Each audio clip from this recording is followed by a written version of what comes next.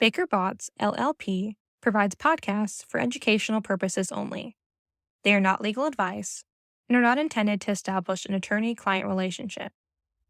This communication may constitute attorney advertising.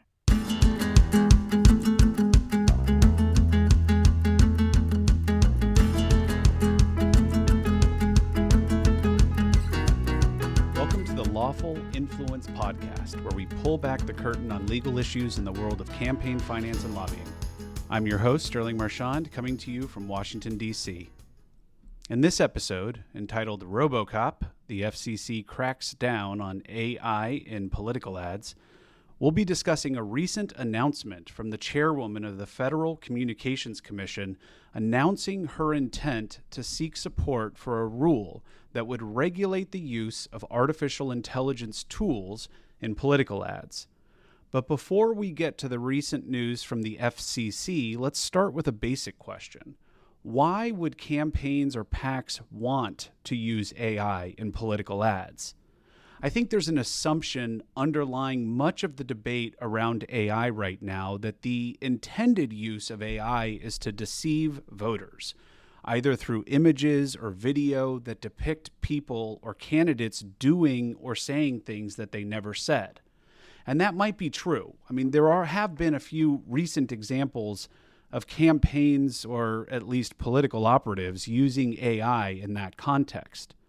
But there are also plenty of legitimate reasons to use AI. And if we don't understand and appreciate those, we're going to rush to judgment on the use of AI in the political context, and the result will be the criminalization of AI. And I think that's the wrong move. Some of the legitimate reasons why a campaign or a candidate would want to use AI might include simply being able to reach their target audience. For example, a candidate could take a campaign ad recorded in English and generate Spanish versions using the candidate's likeness so that it appears that the candidate is actually speaking in Spanish. This would allow the campaign to reach different target audiences in their native tongue and connect more on a personal level. I know there have been examples of this done in recent campaigns in New York. There's also the price point. AI tools have grown tremendously over the past 6 months and can instantly generate images, video, and audio, all from a single prompt. If you haven't tried it yet, I really encourage you to try it on your own. See what you can do with it. With little to no experience, from a single prompt, you can generate an entire story. I used it with my kids the other night to tell them a story at bedtime. In other words, rather than paying a media firm large amounts of money to create an ad, content can quickly be created using AI for a much cheaper price. And when you're a campaign or a PAC trying to generate content using money from your contributions, you want to be doing it as cheaply as possible. But you don't want to sacrifice the quality or the ability to generate the campaign ads that you want. And that brings me to my last point, and that's the versatility.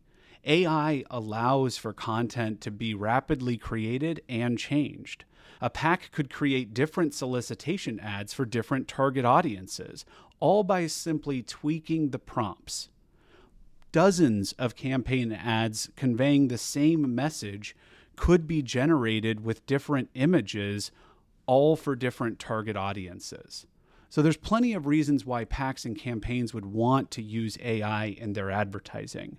And now the question is, what are regulators doing about it? So on May 22nd, the FCC chairwoman circulated a proposal to her colleagues that, if adopted, would start a public rulemaking process on whether the FCC should require disclosure when there is AI-generated content in political ads on radio and television. The proposed rules would seek comment on whether to require an on-air disclosure, in other words, some labeling or spoken disclosure when an advertisement includes AI-generated content, or whether it should simply require a written disclosure that is provided to the broadcaster. That disclosure would then be kept in the broadcaster's political files and would be available to the public for review. The proposed rules would also seek comment on whether to apply the disclosure rules to both candidate and issue advertisements. As you know, in addition to candidates being able to generate campaign ads, super PACs are able to generate issue advocacy or campaign advocacy independent of candidates. And so the FCC is looking whether or not these disclosure rules should apply to all types of political ads, including those that are singularly focused on issues. The FCC's proposed rules would request comment on a specific definition of AI-generated content. As you know, defining AI-generated content has been a difficult issue for those who seek to regulate it, and we would look very closely at the scope of what the FCC is defining as AI-generated. Finally, the FCC proposed rules would only apply these disclosure requirements to broadcasters and entities that engage in origination programming. In other words, cable operators, satellite TV, and radio providers. Now, the proposed FCC rules do not propose a prohibition of AI-generated content, only requiring disclosure in instances where AI-generated content is contained within political ads. Now, there's a number of interesting aspects behind this proposed rule, and I want to talk about a few of them. First, there certainly is a recognition that AI is expected to play a substantial role in the creation of political ads, not only in 2024, but in future election years.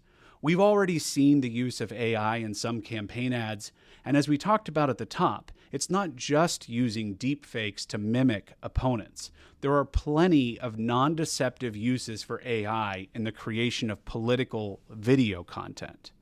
But the FCC is only one half of the equation. They are only authorized to regulate TV and radio, not online, digital, or streaming content. And as a result, most of the political advertising that the public sees would be unaffected by this. But the FEC, the Federal Election Commission, is that other half. But so far, they've largely sat this debate out.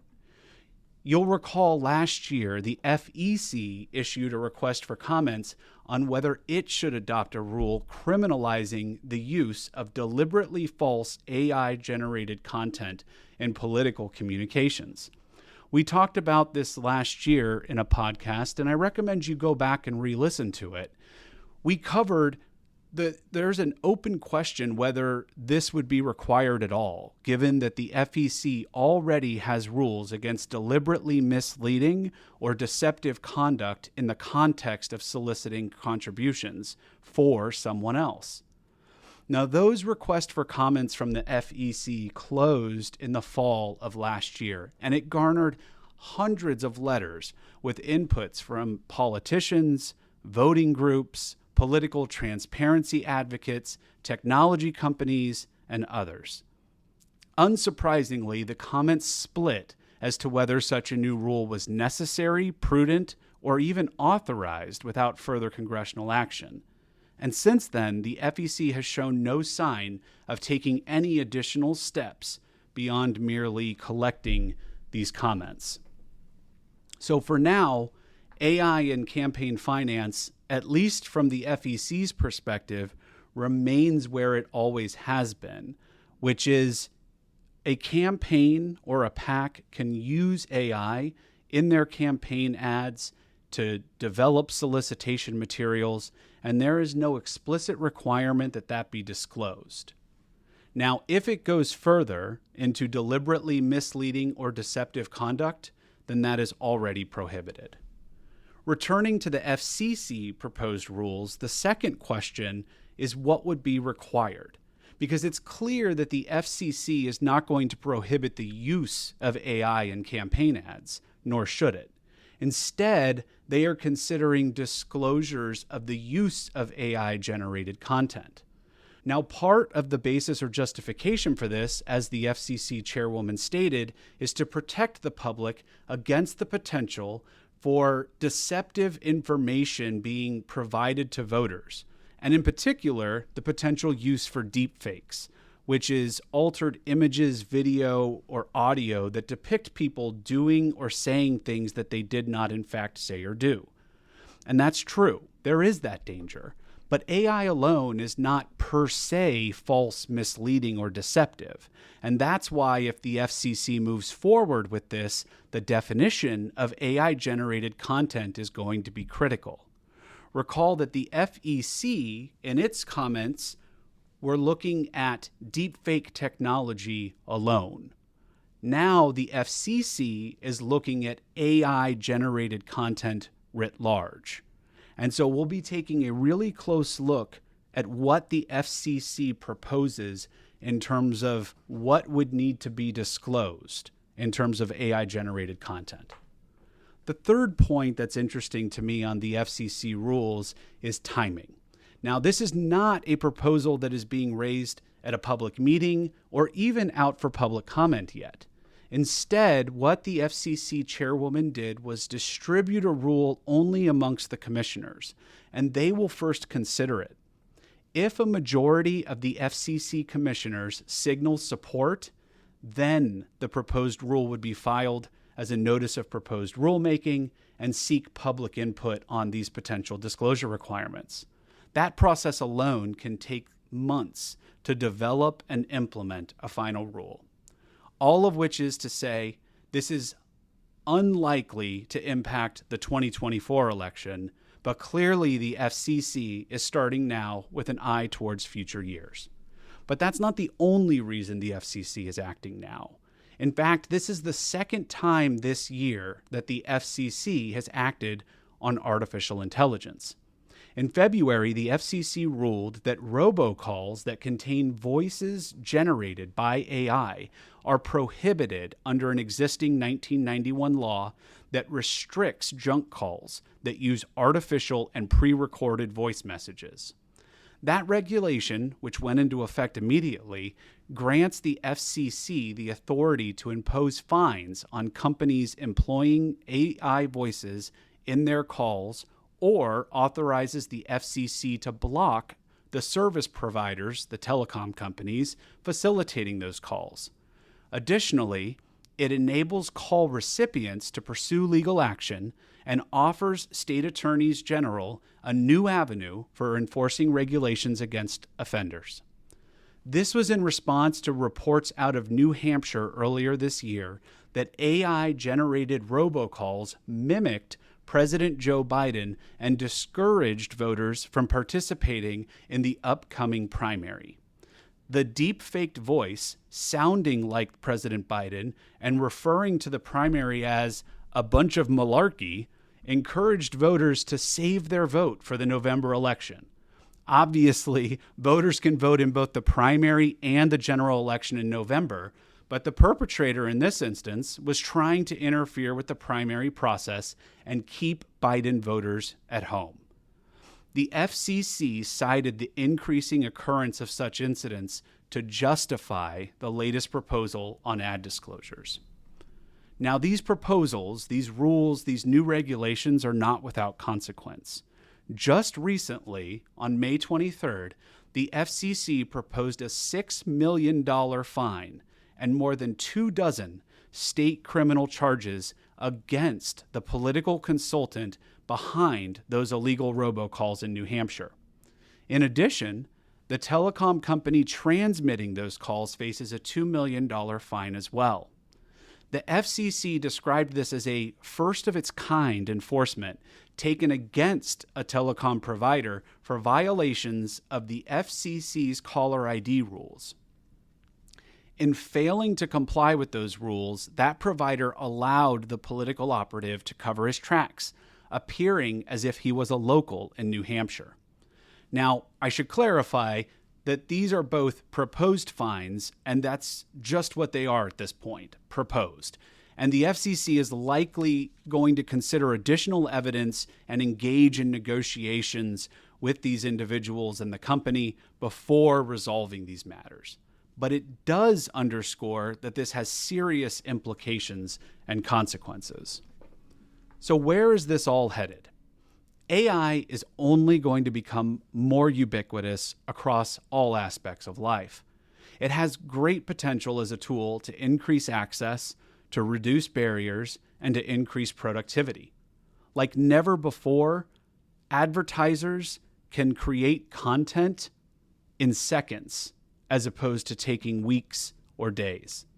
As we've discussed before, there's also the potential for bad actors to use the technology to fool the public or to disseminate misinformation. As was the case in New Hampshire, it can be used to try and influence elections by keeping voters at home or by spreading falsehoods. Now, this is certainly not new to politics or political advertising. Muckraking has been around for a very long time. But the means by which it can be done using deepfake technology increases the likelihood of the public missing it as a falsehood and having a disproportionate impact. But against that risk must be weighed the potential for regulations or criminalization to overreach and chill legitimate free speech. We already have laws against deliberately providing misinformation in the form of defamation laws, common law fraud, and prohibitions on misleading or deceptive commercial speech. Even the raising of money, campaign money, through deceptive practices can be targeted by mail or wire fraud statutes, and it frequently is.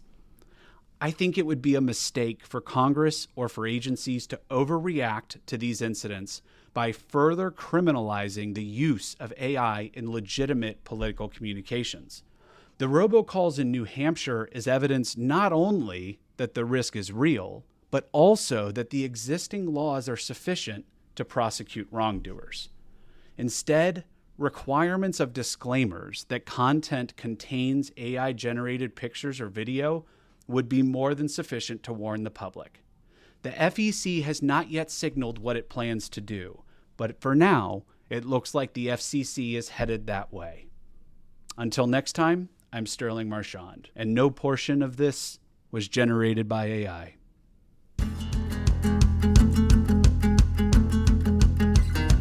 Thank you for listening to this BakerBots podcast. BakerBots has the experience, knowledge, and people to address our clients' most significant legal issues. For more information on BakerBots practices, please visit us at bakerbots.com. This presentation is provided by BakerBots LLP for educational and informational purposes only. It is not legal advice and is not intended to establish an attorney-client relationship. Under the rules of certain jurisdictions, this communication may constitute attorney advertising.